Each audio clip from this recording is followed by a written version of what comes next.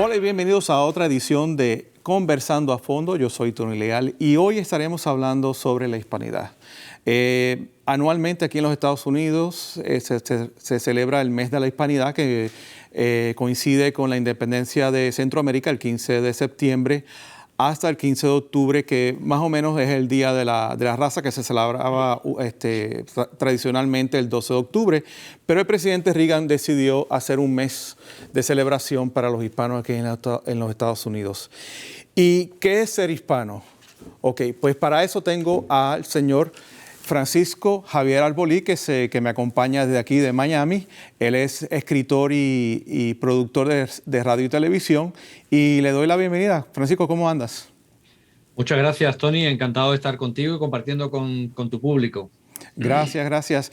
Y estábamos hablando, obviamente, en la presentación del programa sobre qué es tan importante saber sobre la hispanidad. O sea, ¿por qué somos hispanos? Y después vamos a hablar sobre los hispanos, el latino, el latinex, todas esas cosas, pero por ahora vamos a comenzar con qué es ser hispano.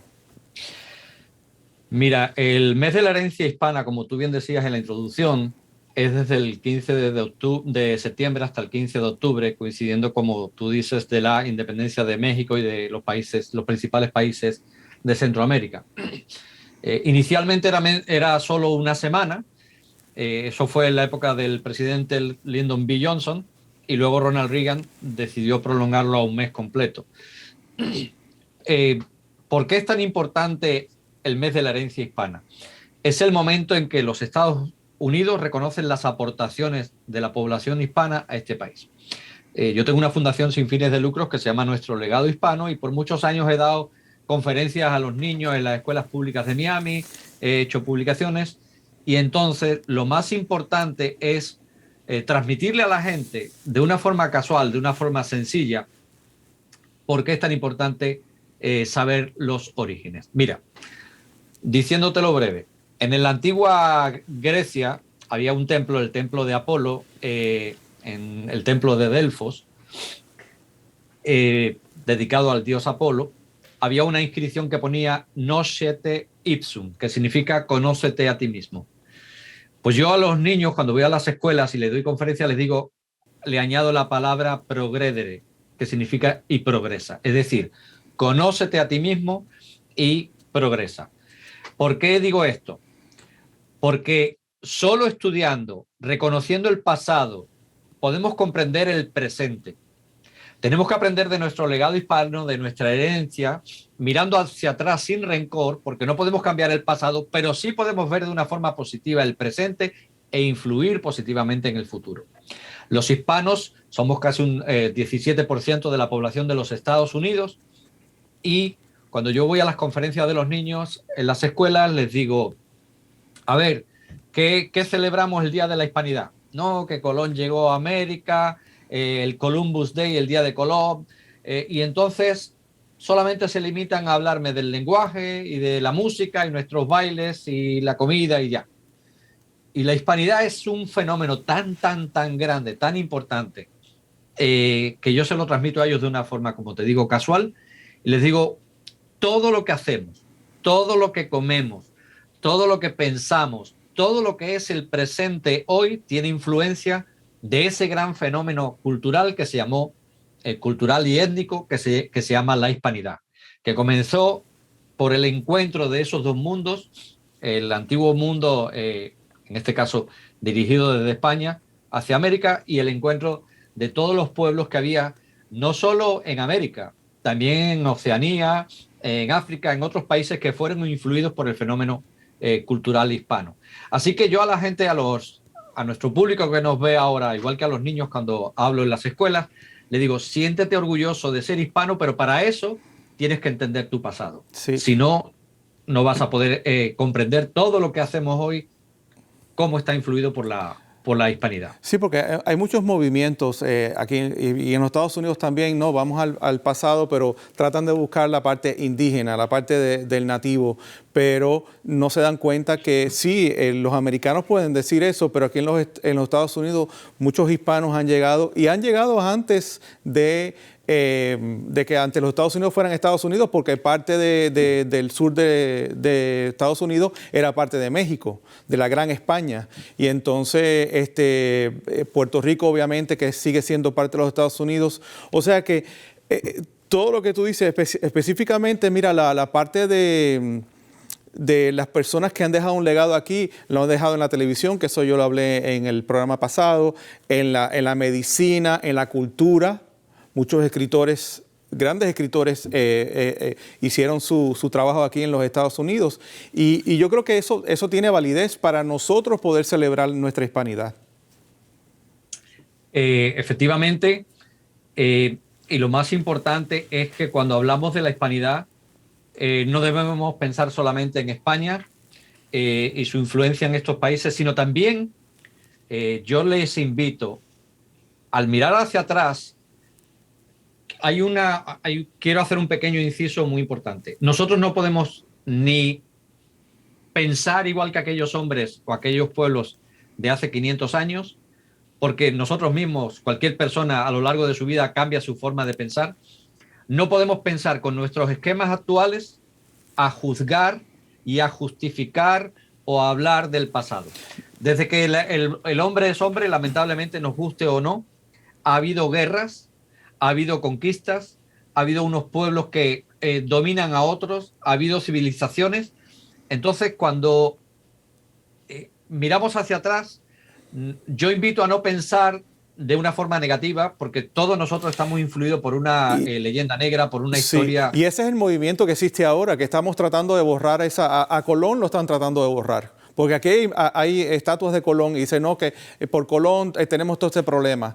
Pero no, o sea, es como tú dices, que yo creo igual, ¿no? En el sentido de que sí, eso fue en el pasado, se cometieron muchos crímenes, no solamente en México, porque en México asesinaron a muchos indígenas, también pasó en Puerto Rico, pasó en Cuba, también las enfermedades que trajeron no estaban capacitados para poder sobresalir de esas enfermedades, por eso que empezaron a traer los esclavos y ahora quieren borrar toda esta historia y yo no creo que sea justo porque de algún lado salimos, de algún lado hablamos el español, porque el español no vino de Dios ni nada de eso, vino de España. Y eso a mí me molesta mucho, que la gente traten de borrar el pasado. Sí, fueron criminales, sí hicieron muchas cosas, pero ya pasado, pero vamos a aprender de esa historia y seguir hacia adelante. Mira, y hay críticas y hay comentarios negativos de ambos lados del océano, del Atlántico. Entonces, como te digo, yo no puedo juzgar, por ejemplo, y hay compatriotas míos que hablan de los sacrificios humanos de los aztecas y todo eso. Igual que yo no quiero que juzguen a aquellos primero exploradores que luego se convirtieron en conquistadores, yo no lo puedo juzgar a esa gente negativamente, igual que tampoco puedo juzgar a los otros. Porque en aquella época, hace 500 años, cuando los españoles, los castellanos en este caso, terminaron la Reconquista, igual que Aragón terminó la Reconquista y Portugal terminó la Reconquista de la península ibérica, los castellanos se extendieron hacia América y la descubrieron por casualidad, buscando las Indias. Sí. Y entonces, esa gente que cuando se dan cuenta de que es un nuevo continente, un nuevo mundo, primero son exploradores. Después, ellos y los copistas, los escribanos que van con ellos, van hablando de conquistas y van exagerando unas veces, otras veces hablando maravillas de la conquista, de la colonia y todo esto. Y entonces no podemos ni criticar a esos hombres, ni los que llegaron a América, ni los que estaban aquí por sus hechos. Porque aquellos pueblos que vivían en América, que no vivían en armonía, aquí había de todo, había pueblos los aztecas que sometían a otros pueblos de menor poderío, por ejemplo los mayas o los tlaxcaltecas y todo esto, pues por un motivo religioso cometían sacrificios humanos. Sí, sí, Yo no puedo criticar no puedo criticar ni a unos ni a otros.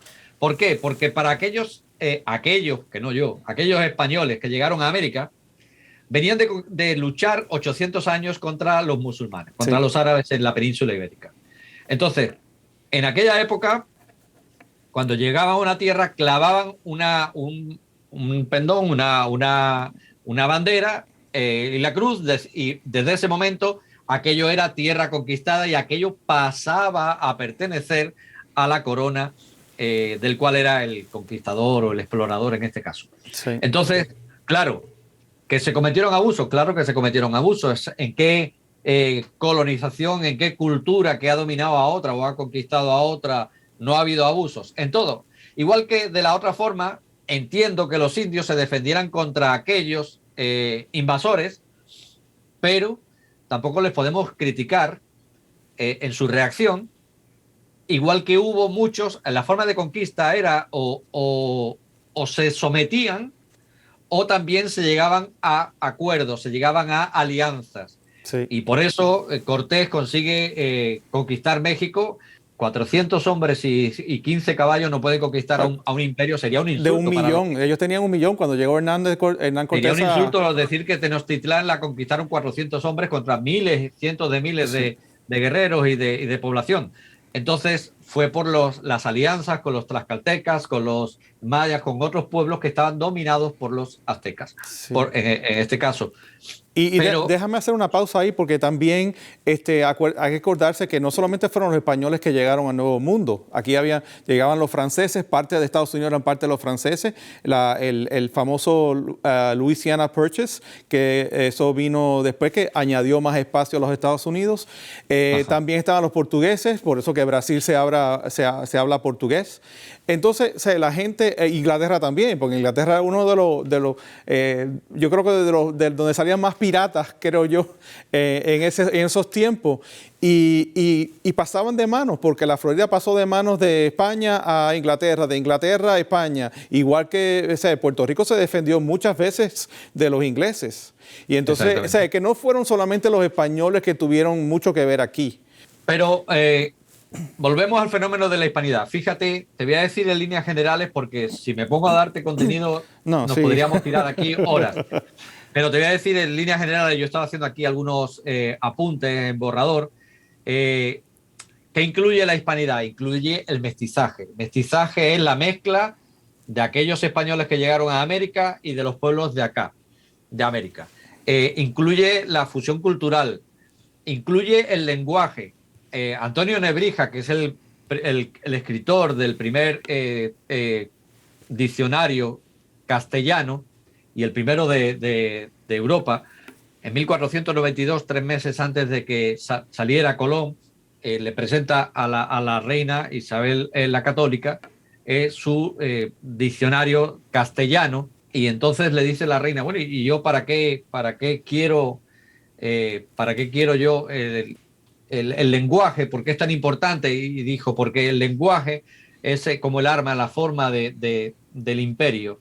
Sí, unificar. Y era la forma de unificar a toda la población. Entonces, con su primer diccionario de la lengua castellana, con aclaraciones también, pues ahí surge el primer diccionario, 1492. Después viene ese lenguaje, llega a América y viene cargado de miles de arabismos, más de 4.000 arabismos, en la cual el castellano tiene muchos arabismos.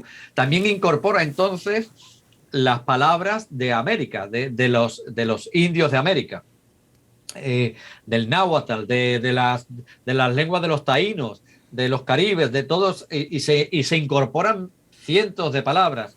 La palabra huracán es de origen taíno. Barbecue, yo creo que también. Barbecue era la forma en que ellos cocinaban la carne.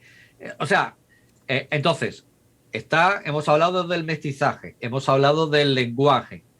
Esto en un futuro tendrá una gran importancia, porque cuando llegan los misioneros a América, la corte les impone que evangelicen en su lengua nativa. Sí. Y ahí surgen todos los diccionarios de todos estos pueblos que van ellos explorando y conquistando, y por eso se han conservado esas lenguas nativas.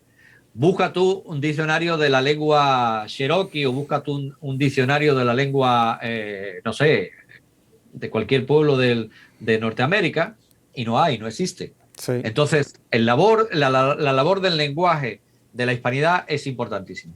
También, vamos allá, todo lo que es la hispanidad en América y en Oceanía, y donde influyó el Imperio Español, y cuando hablo de Imperio Español hablo de los pueblos que se incorporaron en ese imperio, ten en cuenta de que no son españoles los que conquistan California, los que conquistan Puerto Rico, o sea, ahí hay gente de todos los lugares. El constructor, uno de los diseñadores, el arquitecto del castillo de San Marcos de la Florida, nació en La Habana. Y como eso podemos decir muchísimos ejemplos. Entonces, la Iglesia, la difusión del catolicismo en América es a través de la hispanidad. Uh-huh. La Iglesia fundó más de cientos de misiones, fundaron 800 hospicios y albergues para los pobres, fundaron más de 3.000 colegios para niños, tanto indios como mestizos. En 1539 la imprenta llega a México y se empiezan a imprimir, a difundir todos los libros, toda la tradición cultural de Europa llega a América a raíz de la hispanidad. Así que esto tiene una importancia enorme. También los conservatorios de música, los hospitales, las universidades. España fundó 20 y tantas universidades en América, mientras que, por ejemplo, lo que es la colonización inglesa, hasta muy avanzado el siglo XVII no empiezan las primeras instituciones. Sí, y de hecho, porque ya me quedan minutos para este segmento, México es uno de los países más grandes, ¿no?, de donde existe más el catolicismo en América, y yo creo que eso tuvo una razón por haber elegido a un papa latinoamericano, al Papa Francisco, que es argentino, y eso ha solidificado la hispanidad para mí, porque somos importantes, somos un bloque muy importante, hasta para votar somos importantes. Y siempre, cada vez que yo escucho la televisión, o sea, veo la televisión y escucho lo mismo, que si los hispanos son los que van a decidir las elecciones, especialmente ahora. Pero bueno, de todas maneras, vamos a una pausa, vamos a regresar hablando con el mismo tema, y ustedes en casa no se vayan, que ya regresamos con más de Conversando a Fondo.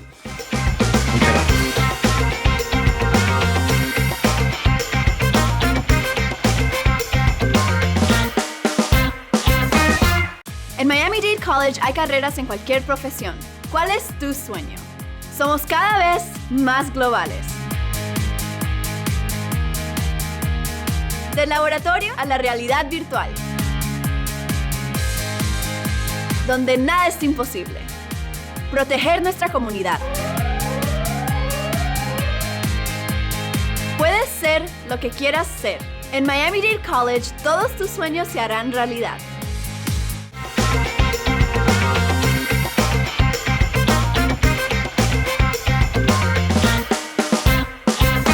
Estamos de regreso aquí en Conversando a Fondo. Yo soy Tony Leal, y antes de seguir hablando con Francisco, quería dar unos números muy importantes, porque como había dicho él, que era más o menos un 18-19% la comunidad hispana en los Estados Unidos. Hay casi 63 millones de hispanos en los Estados Unidos, y los tres grupos más grandes son los mexicanos, con más o menos más de 37 millones de habitantes.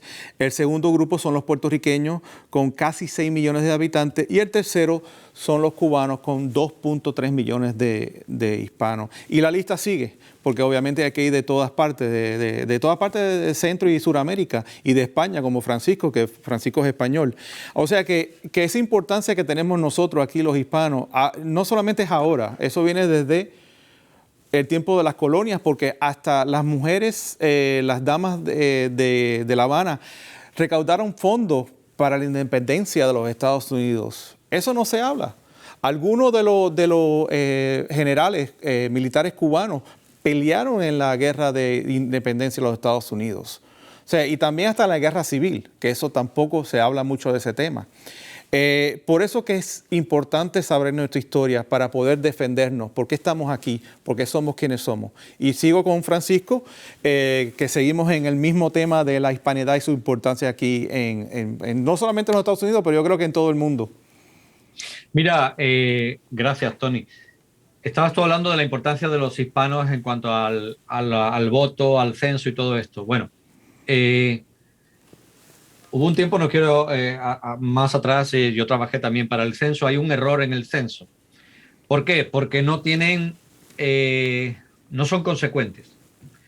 Porque en el censo hablan de que escojan origen hispano, latino. Sí. Entonces, hello.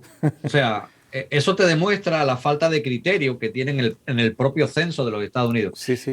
Y eso viene de la confusión generalizada también que hay de decir si soy hispano o soy latino. Eso es, y esa era parte de este programa porque yo lo quería hacer. Somos hispanos, somos latinos, ¿qué somos? Y de hecho, como estaba hablando en el censo, cuando tú pones que eres hispano, también te preguntas si eres negro, si eres blanco. O sea que ya no somos, se han dado cuenta que no somos una monolítico, no es un grupo que todos parecemos iguales, porque algunos, como nosotros, venimos de descendencia española, otros tienen un poquito de indígena, otros vienen de la parte afro, de los esclavos que estuvieron por todo Hispanoamérica. Y también ahora está ese nuevo término que se llama el Latinx, que se está utilizando mucho porque es que ahora están tratando de cambiar. Yo estuve leyendo sobre eso y es que llegaron a la conclusión que ahora todo tiene que ser gender free, o sea, que no puede haber ningún género, porque nosotros en español hablamos de género, masculino o femenino.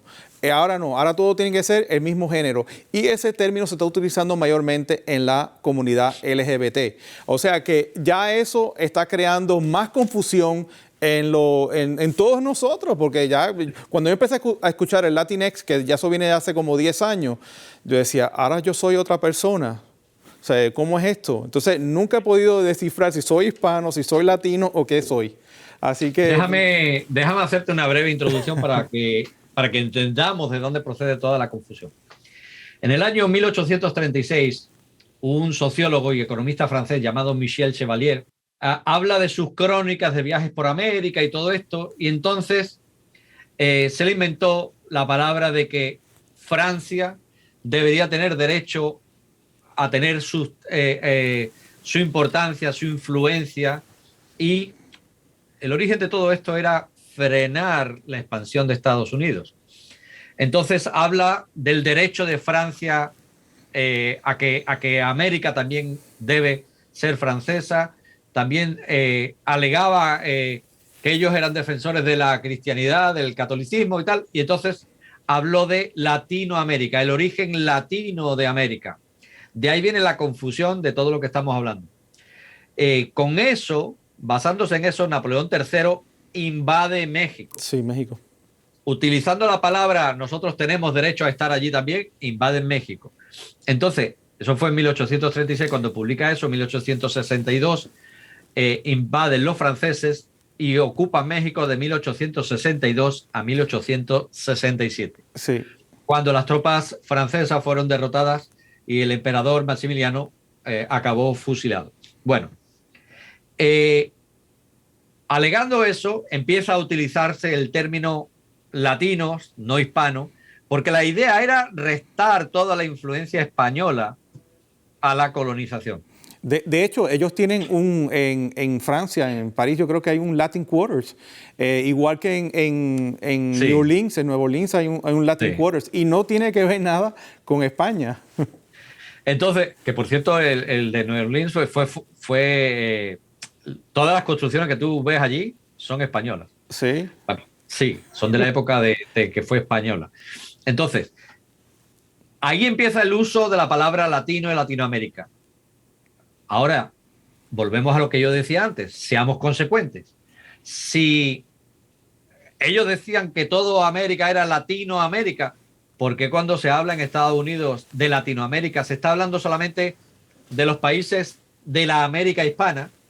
El origen de Hispanoamérica, Hispania era el nombre de la provincia romana que incluía toda la península ibérica. Por eso de ahí los españoles decimos Hispanoamérica, porque es la fusión de los españoles con América, incluyendo también Portugal, porque Portugal también fue un tiempo también parte de la colonia del Imperio Español, después se separó, pero los franceses intentaron borrar todo lo español, toda la influencia española en ese tiempo. Empiezan a utilizar el término Latinoamérica y aquí en Estados Unidos, para crear más confusión encima, se habla de Latinoamérica y no de Hispanoamérica o de la América hispana. Grave error. Porque yo pregunto, ¿por qué no incluyes entonces, cuando hablas de Latinoamérica, ¿por qué no incluyes la Luisiana, que fue francesa? Sí. ¿Por qué no incluyes Canadá, la parte francesa de Canadá, sí? Quebec, o sea, la parte canadiense. ¿Por qué cuando se habla de Latinoamérica? O sea, es que entonces los franceses, los americanos de la parte canadiense, francesa, francófona, ¿no son latinoamericanos? Sí, no, y también cae la parte de Brasil, que por el portugués ya, ¿cómo tú los calificas? En fin, es una confusión que lamentablemente el censo no ha corregido. Sí. Y se sigue repitiendo. De hecho, ahora están pensando crear el Museo Latino en Washington, como el Smithsonian. Y entonces, en vez de hablar del Museo Hispano, hablan del Museo Latino. Hay un gran interés comercial en las grandes cadenas de los medios de comunicación, de las grandes cadenas de industria musical, del cine, de hablar de lo latino. Entonces, ahora en la parte, sobre todo en la parte no, nosotros los latinos, pero no se habla en ningún momento de los hispanos. Y los hispanos son anteriores a la invención francesa de Latinoamérica. Así que para mí lo que hace es crear mayor confusión. Sí. Antes de la pausa hemos hablado de todos los puntos que incluye la hispanidad. Y hablábamos de la imprenta, hablábamos del lenguaje. También es muy importante la carrera de Indias. Durante cerca de 300 años, las flotas salían de la península ibérica hasta América, llegaban a La Habana, después a Veracruz y después inclusive a través del Imperio Español, y cuando hablo español hablo hispano en general, para que no piensen que esto es solamente de España, de la península, sino de todo lo que era la Nueva España. México fue mucho más importante en su riqueza, en su expansión, en su comercio, que muchísimos otros imperios, el inglés o el francés en aquel momento, porque México se conectó a través del galeón de Manila. Había estrecha relación entre la Nueva España, entre México y lo que es Asia. Sí. Porque en Manila llegaban todos los productos de China, y de China, o sea, de Manila, se traían hasta México y de México a toda Hispanoamérica y la península. O sea que veamos lo importante que es durante cerca de 300 años la flota anualmente iban y venían, y entonces se crea un intercambio de especias, de animales, influye en la gastronomía, se trae el caballo a América, el cerdo, la gallina, los animales de granja. Para que te hagas una idea, el caballo que llega a América en 1493, los españoles sueltan caballos españoles para que se desarrollen, que pueblen las praderas, y entonces de ahí sale el mesteño.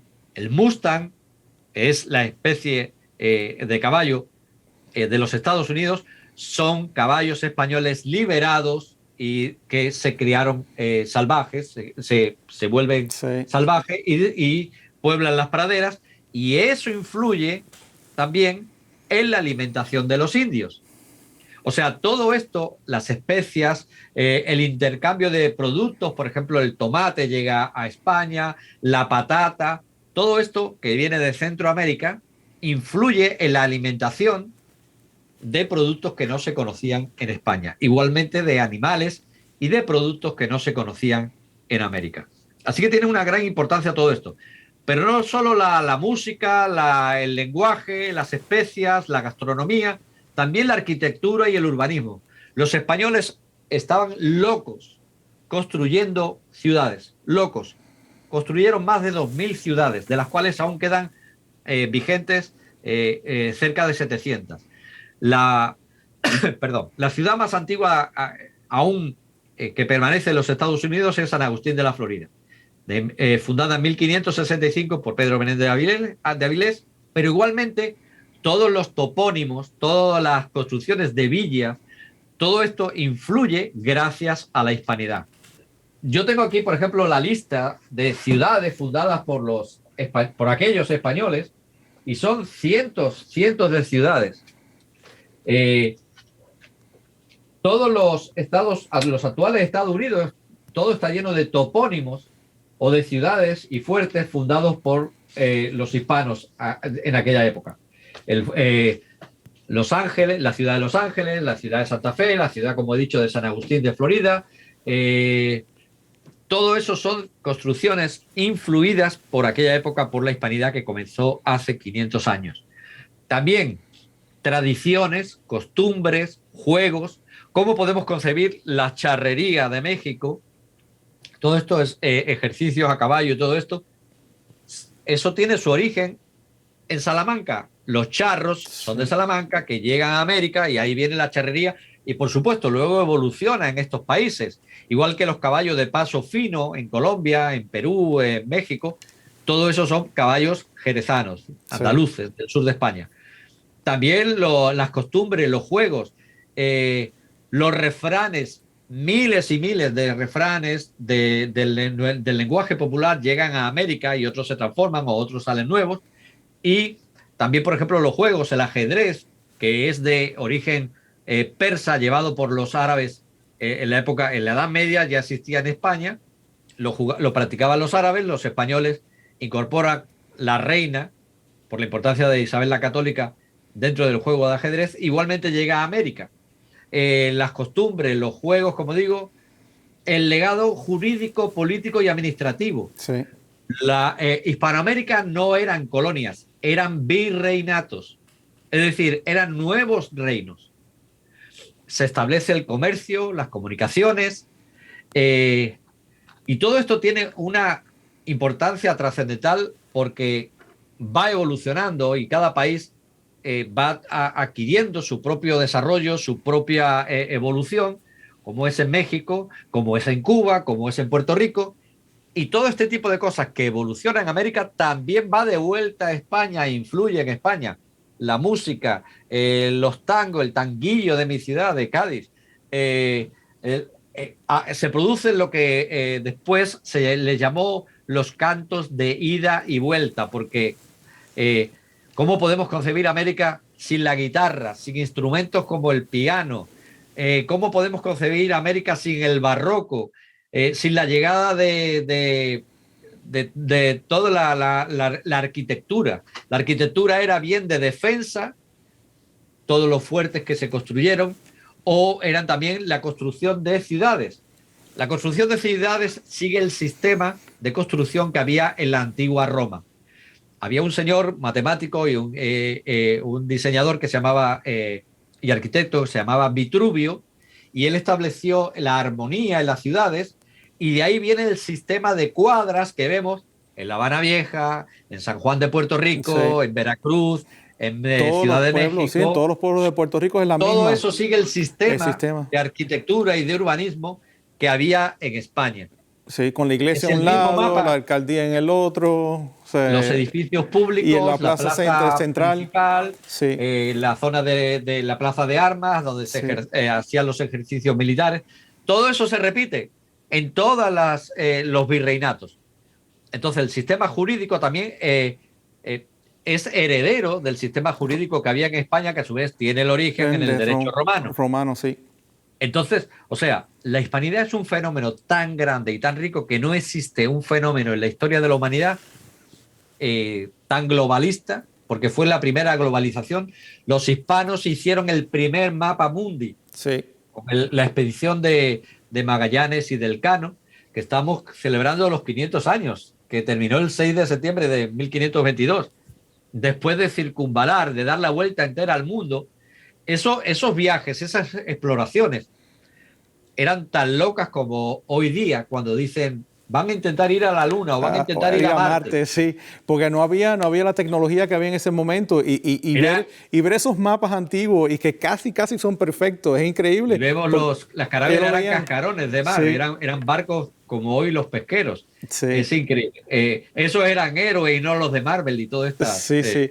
No, ya me queda un minuto en este segmento, pero yo creo que la única de las colonias antiguas de España, yo creo que la única que se mantenía hasta hace poco, era Cuba. Cuba la que era más española de todas las colonias. Bueno, Cuba y Puerto Rico. Y Puerto Rico, obviamente, pero obviamente no. Pero Cuba tenía más importancia para España que el mismo Puerto Rico, porque cuando vino la independencia, se decía que más se perdió en Cuba que lo que se había perdido en otras guerras. Así que, pero bueno, déjame ir a una pausa porque ahora se me está acabando el tiempo en este segmento y cuando regresamos vamos a seguir con este tema aquí en Conversando a Fondo. Quédese con nosotros.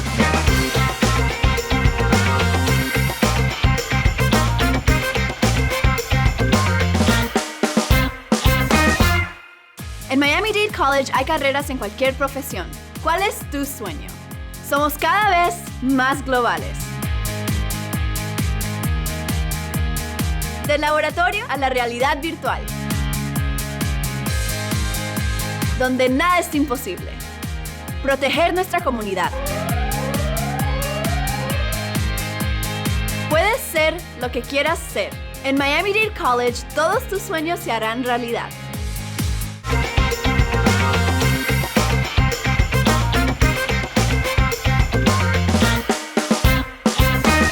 Y estamos de regreso aquí en Conversando a Fondo y quería decir un número aquí, más o menos 71% de los hispanos en Estados Unidos hablan español en su casa. O sea que mantenemos también nuestro lenguaje.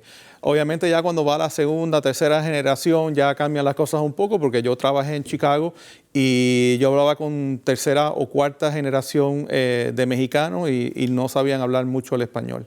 Y tenían apellidos hispanos, Rodríguez, Gutiérrez. Y lo mismo pasó en Tampa, porque en Tampa hay muchas personas que son apellidos Gómez o Fernández y no te hablan ni una papa en español porque ya eso venía de cuando estaban las tabaqueras ahí en Tampa y obviamente generación tras generación siguen con el mismo apellido pero no siguen con el mismo idioma. Y seguimos hablando de idiomas, el español, aquí Francisco Javier Arbolí, hablando de este tema. Bueno, gracias Tony de nuevo y gracias a todos los que nos están viendo, escuchando. Hablas tú del lenguaje. Fíjate si es importante el lenguaje. Que el castellano, que a partir de 1925 la Real Academia Española pasó de ser castellana a española. Sí.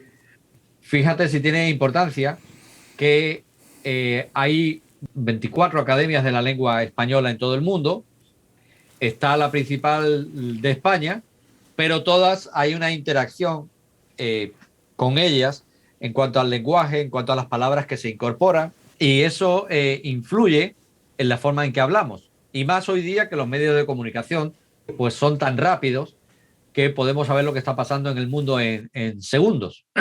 No como antiguamente, que cuando Colón llegó a América, tardaron 3 o 4 meses en saber en Europa, en España, que había llegado y que había logrado regresar y todo esto.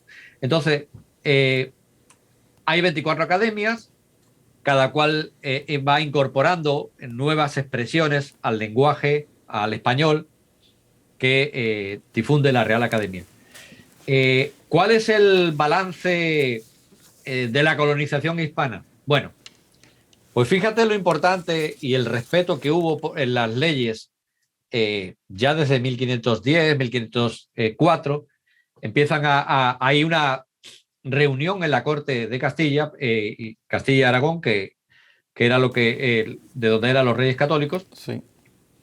Después el rey Carlos I empiezan a cuestionar imagínate la mentalidad, a pesar de la diferencia de años, si era ético o no, si aquellos hombres que habían visto en el Nuevo Mundo tenían alma. Hay una bula papal que establece que sí, que hay que respetarlos, y los reyes católicos establecen en sus testamentos que hay que respetar a los indios, a sus bienes, a sus tierras y a sus propiedades. Otra cosa, como sabemos, es que en la época hubo quien decía, bueno, se acepta, pero no se cumple. Bueno, eso es porque era muy difícil controlar desde tanta distancia lo que hacían al principio los encomenderos. Pero luego el propio rey establece las nuevas leyes de Indias que establecen respetar a los aborígenes, a los nativos y a los mestizos. Entonces, si comparamos la colonización española de América con las colonizaciones de otros países, fíjate, y ya cada uno que tome la opinión que quiera. Si observamos, por ejemplo, Estados Unidos y Canadá, no llegan a 1 millón los nativos norteamericanos. Mientras que desde el Río Grande hasta la Patagonia, hasta el sur de Argentina, hay millones de habitantes y entre ellos más de 250 millones son descendientes de indios que o bien son indios puros o mestizos, pero lo más importante, entre ellos hay médicos, abogados, profesionales, hasta presidentes que son nativos. Entonces, eso nos demuestra que la colonización española fue mucho más humana, más considerada que las de otros imperios. Eso es una muestra más de todas las leyes que, ya empezando desde las mismas misiones, había un respeto por la población nativa. Había una búsqueda de darles todos los beneficios, el respeto y el derecho que tenían los nativos y los mestizos en la América hispana. De hecho, un paréntesis aquí, acuérdate que cuando España pierde la Florida, los indígenas de aquí se fueron para Cuba, porque sabían que lo que venía no era fácil con los ingleses.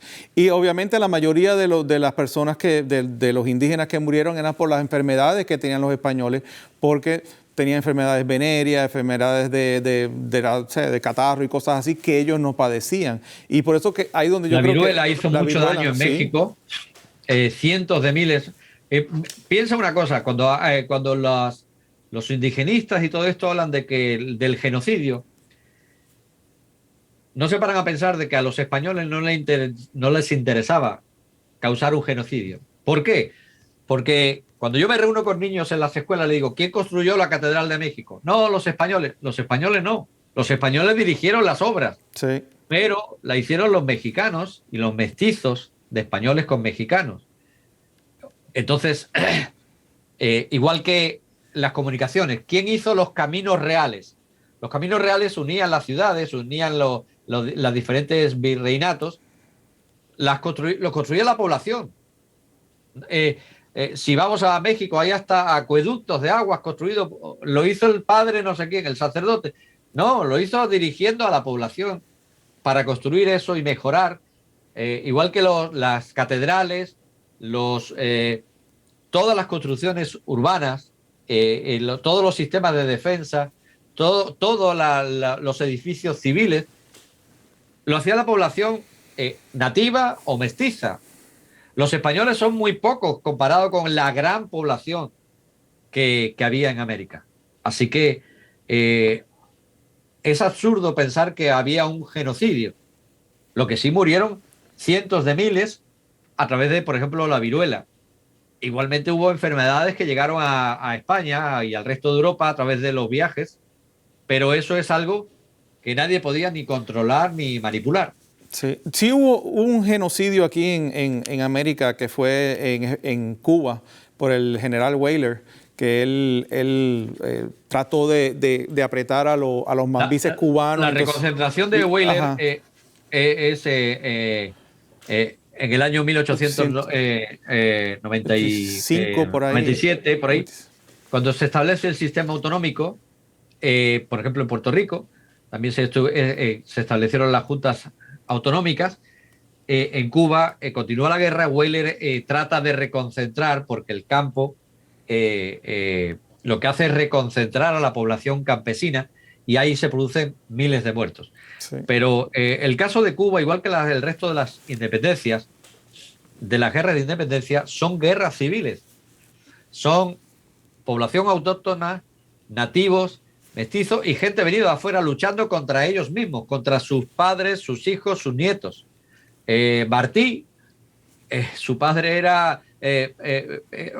sus padres eran de Canarias y de Valencia. Sí, eran españoles. Entonces, o sea, es una lucha fratricida. Sí. Y igualmente cuando Napoleón invade España,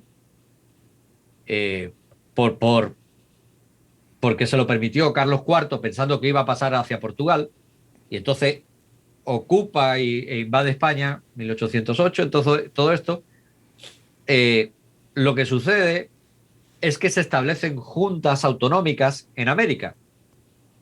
Y las juntas autonómicas en América, de ahí luego surgen, todas ellas influidas por los grupos masónicos, en los movimientos independentistas.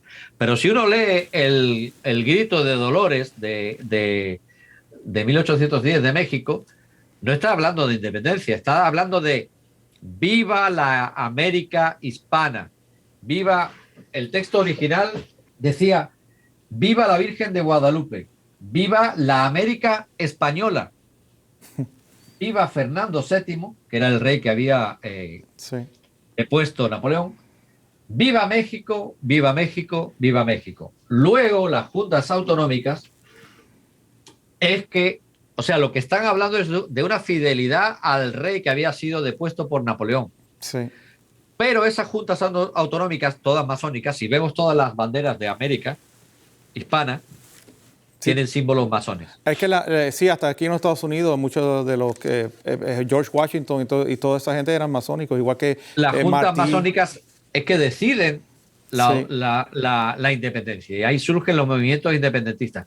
Y hay terribles matanzas entre ambos bandos. Sí. O sea, no quiero ni criticar ni a unos ni a otros, porque, como dije al principio, hay que entender el momento, lo que estaba sucediendo, y hubo matanzas por ambos lados. Si vemos las matanzas que cometió Bolívar o otros, nos podemos llevar la mano a la cabeza. Yo no voy ni a criticar a Bolívar, ni a criticar... O sea, el que estudia la historia tiene que estudiarla para entenderla. ¿Por qué pasó esto? Tiene que ser objetivo completamente. Pero no, yo no puedo justificar ni a unos ni a otros. Puedo entender. Otra cosa es que yo tenga una actitud para el presente, para entender el presente y para saber preparar el futuro de una forma positiva. Ese es el gran aprendizaje para mí de la hispanidad. La hispanidad es no solo conocer el pasado, sino ver qué hubo de bueno en aquel encuentro de mundos. Así es como yo lo veo. Sí, no, porque es que yo siempre digo que lo más importante es aprender la historia, para conocernos, para saber cómo llegamos a este punto, para poder no cometer los mismos errores que se cometieron en el pasado. Ya yo creo que hemos aprendido, somos más humanos, somos más entendibles de muchas de las cosas atrocidades que se cometieron al principio de las colonias, porque no solamente fue por todo Centro y Suramérica y México, también ocurrió aquí en la parte de Norteamérica, como habías hablado, donde concentraron a todos los indígenas para ciertos lugares aquí en los Estados Unidos. Y eso ha influido mucho solamente en lo que está pasando hoy en día, que ellos quieren pagarle a los hijos o a los nietos de los que eran esclavos aquí en los Estados Unidos. Yo no entiendo. Dice, ¿cómo tú vas a escoger poder pagarle a esas personas? Porque si tú miras a la comunidad indígena de aquí de los Estados Unidos, en realidad no ha podido progresar porque siento que como le están dando de toda esa ayuda todo el tiempo, no tienen por qué trabajar, que es lo mismo que pasa en sistemas comunistas. Si el gobierno te está dando todo a ti, ¿por qué tú vas a hacer algo? ¿Por qué vas a crear algo nuevo? O sea, y eso es lo que las personas no entienden. Vamos a ser nosotros independientes, somos individuos. Esa palabra individuo es que es uno, soy yo solo y yo puedo salir hacia adelante como quiera. Pero es que estamos, yo creo que volviendo atrás, tratando de tapar con un dedo el sol, como se dice. No, o sea, la historia está ahí, vamos a aprenderla, vamos a salir hacia adelante. Y además, por ejemplo, cuando el presidente de México, López Obrador, habla de que tiene que pedir perdón, ¿cómo yo voy a pedir perdón por algo que no hice? O sea, es algo que hicieron gente hace 500 años. Los antepasados. O sea, y entonces ellos deben pedirle perdón, los aztecas a los mayas o a los tlaxcaltecas. Bueno, el Papa lo hizo ahora, el Papa lo hizo, Francisco. Él estaba... En el caso, pero el Papa representa a la Iglesia. Sí, la Iglesia puede hacer un sentido de mea culpa de lo que hizo como institución. Pero yo, o sea, ¿cómo yo voy a pedir perdón por algo que no hice? Sí. No, eso es absurdo. Sí, es absurdo porque se cae de la mata. O sea, yo como ahora voy a pagar de mi sacrificio el que los antepasados, que ni mi familia vivía aquí, que venía de España, pagar por esos esclavos que sí que murieron, que fue algo injusto completamente, pero con el tiempo ganaron la independencia de ser individuos, ¿no? Todos somos iguales, no importa el color.